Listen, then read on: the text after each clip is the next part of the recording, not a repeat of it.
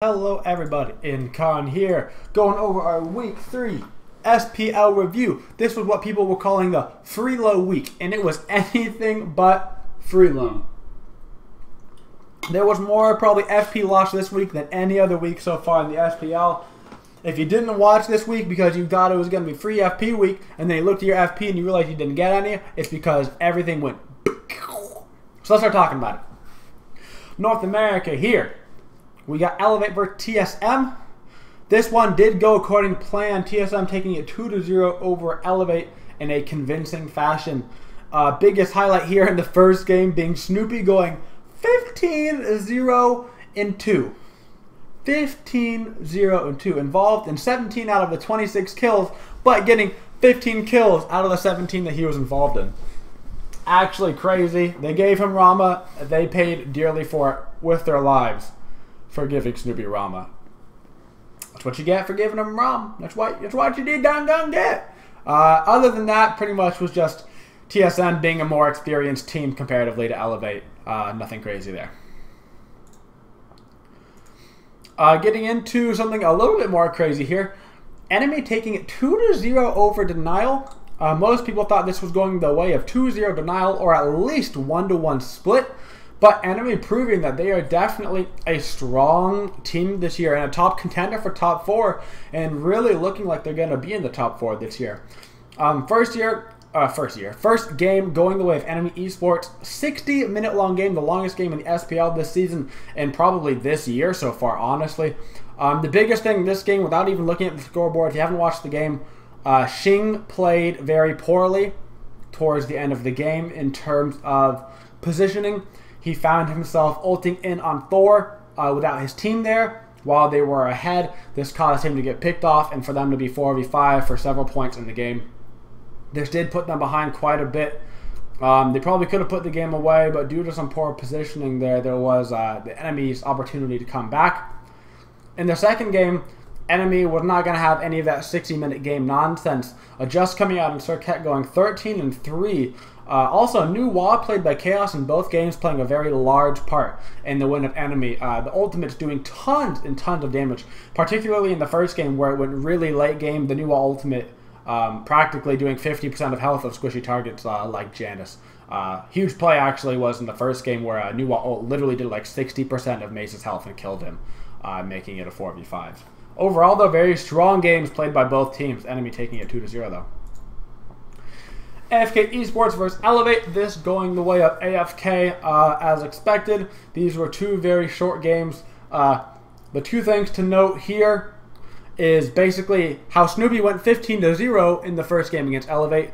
Basically, Cyclone took it upon himself in these games to do the Snoopy, going 14-2-8 in the first game on Hebo solo and 18-4-10 in the second game on Thanatos solo, really abusing those high damage characters, getting a very high kill count and grabbing MVP of the North American region for Week 3 of the SPL as well. Nothing super crazy there, but now we start to get into the crazy stuff.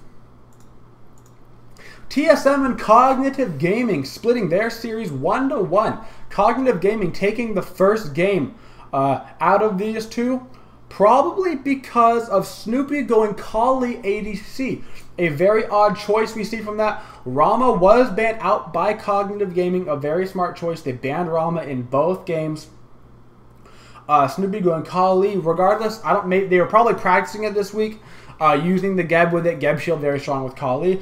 It didn't work out in their favor. DJ Pernicus playing very well on Circuit actually in both games. Really leading his team there to victory. First game going the way of Cognitive. Second game, TSM was having none of it. And they came back. Snoopy back on a regular ADC here going to Medusa. Still a relatively close game.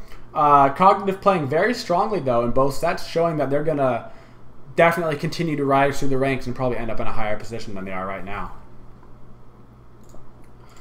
Continuing with our trend of crazy, Enemy Esports beat Cloud9 in the first game, tying up this series 1-1. First game, really close back and forth. Misplays by both teams. One particular fight where everybody was on Vedium for an extended period of time on Cloud9. They were trying to kill Vedium.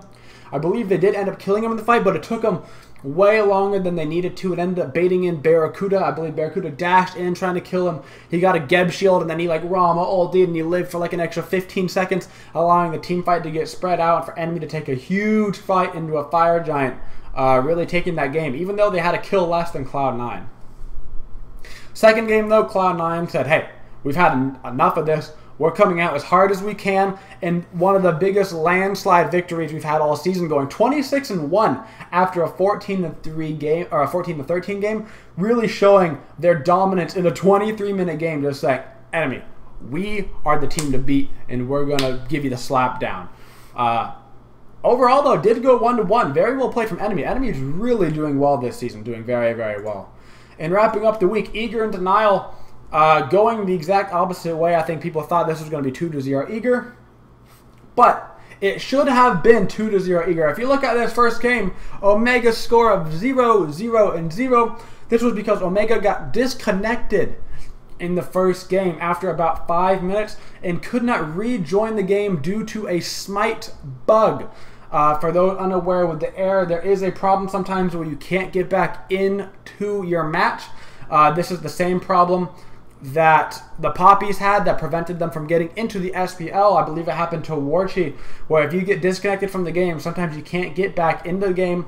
A very large bug right now. I don't know if it's directly with Smite or if it involves internet service providers, but it's a very big issue that needs to be fixed. It cannot be happening in the SPL. It prevented the Poppies from getting in over Dig into the SPL. It prevented Eager from winning that first game that they should have won. They were almost winning 4v5.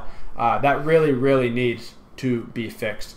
Second game, once again, Denial taking it. Omega got back in the game, but he had to go to a friend's house and play on a MacBook with 20 FPS and about 200 ping.